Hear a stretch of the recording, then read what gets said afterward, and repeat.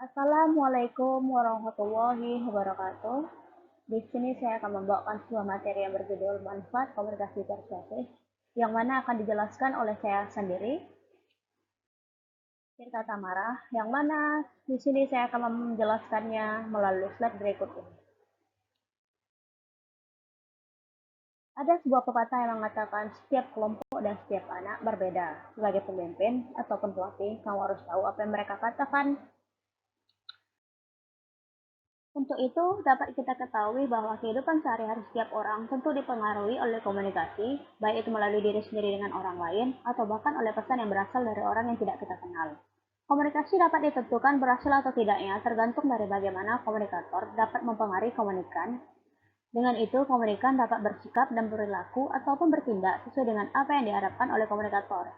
Namun, permasalahannya adalah komunikator sangat perlu mengetahui pesan dan saluran yang dapat mengubah sikap dan perilaku komunikan tersebut.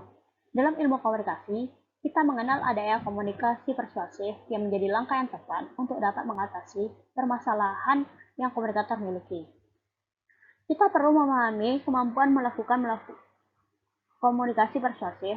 Jangan membayangkan bagaimana hidup kita tanpa kemampuan untuk mempengaruhi ataupun membujuk orang lain. Persuasi menempel pada kehidupan manusia, baik disengaja maupun tidak. Ketika seseorang memiliki keinginan untuk berbicara kepada orang lain, maka keinginan itu akan disampaikannya dan jawaban atas keinginan itu pun ditunggunya. Tentu saja jawaban atas keinginan tersebut sesuai dengan apa yang ada dalam pikirannya. Demikianlah maka setiap manusia dalam kehidupan sehari-harinya senantiasa berupaya untuk saling mempengaruhi.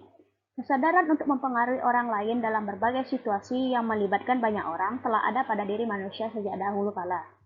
Walaupun dalam format yang sederhana, dalam kelompok ataupun komunitas, manusia dituntut untuk memimpin dan memiliki kemampuan berbicara di depan khalayak. Peranan persuasi dalam masyarakat adalah pengkajian tentang bagaimana keterkaitan antara individu dengan pengaruh yang dibentuk oleh individu yang lain, kelompok dan organisasi, serta lembaga tempat individu tersebut bergabung.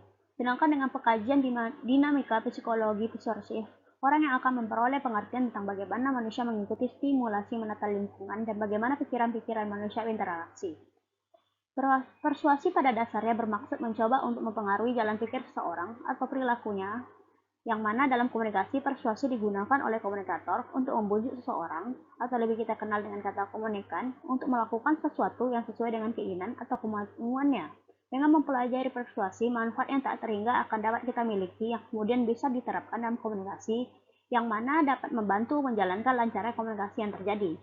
Pada saat ini, komunikasi persuasif sudah digunakan dalam berbagai aspek kehidupan manusia. Dalam bidang ekonomi dan bisnis, komunikasi persuasif sangat bermanfaat bagi para pelaku bisnis, pemasaran, periklanan, promosi, perjualan, public relation, komunikasi internal dan eksternal perusahaan, dan lain sebagainya. Tidak hanya dalam bidang ekonomi dan bisnis, komunikasi persuasif juga banyak digunakan oleh bidang kehidupan yang lain seperti pendidikan, ataupun dunia politik, dunia kesehatan, dan masih banyak lagi bidang kehidupan yang melibatkan komunikasi persuasif. Ada 3 manfaat mempelajari persuasi, yang mana terbagi menjadi 3 fungsi. Fungsi instrumental, fungsi pengetahuan dan kesadaran, dan fungsi defensif, yang mana bila dijelaskan akan sebagai berikut. 1. Fungsi instrumental. Mengajarkan kita pada manfaat bila mempelajari persuasi dapat membuat kita mengetahui lebih banyak tentang persuasi. Fungsi ini membuat kita dapat mengetahui cara yang lebih efektif untuk membujuk orang lain, entah itu menginformasikan, mengajar, mendorong, mengubah sikap dan keyakinan, serta mungkin mengubah perilaku atau menggerakkan tindakan dan juga untuk mengubah audiens. Kedua, fungsi pengetahuan dan kesadaran mengajarkan kepada kita pada manfaat bila mempelajari persuasi dapat meningkatkan pengetahuan yang membuat kita lebih baik dalam mengatasi situasi atau mengamati lingkungan sekitar. Fungsi ini membuat kita dapat mengerti audiens lebih dalam lagi sehingga dapat menemukan berbagai strategi ataupun metode yang cocok untuk mereka. Dan yang terakhir adalah fungsi defensif, mengajarkan kepada kita pada manfaat untuk melindungi diri dari apapun yang ingin menyakiti kita. Contohnya misalnya ada komunikan yang marah besar pada kita. Bila kita menerapkan persuasi dalam komunikasi yang terjadi, mungkin itu dapat menenangkan mereka dan melindungi diri kita dari amukan yang melelahkan mental dan jiwa. Setelah mengetahui manfaat tersebut, maka persuasi harus dipelajari oleh setiap komunikator. Persuasi merupakan suatu undangan kepada seseorang dengan memberikan alasan dan prospek yang sah atau meyakinkan, seperti membujuk, menggoda, sehingga penerima pesan atau komunikan mempunyai keinginan untuk mengikutinya.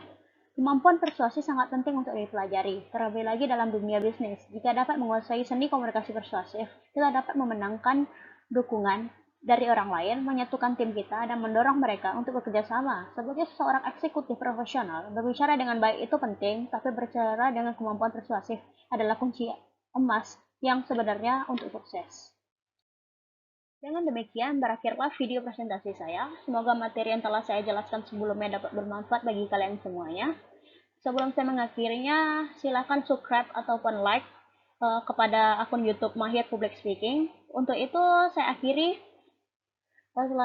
Wassalamualaikum warahmatullahi wabarakatuh.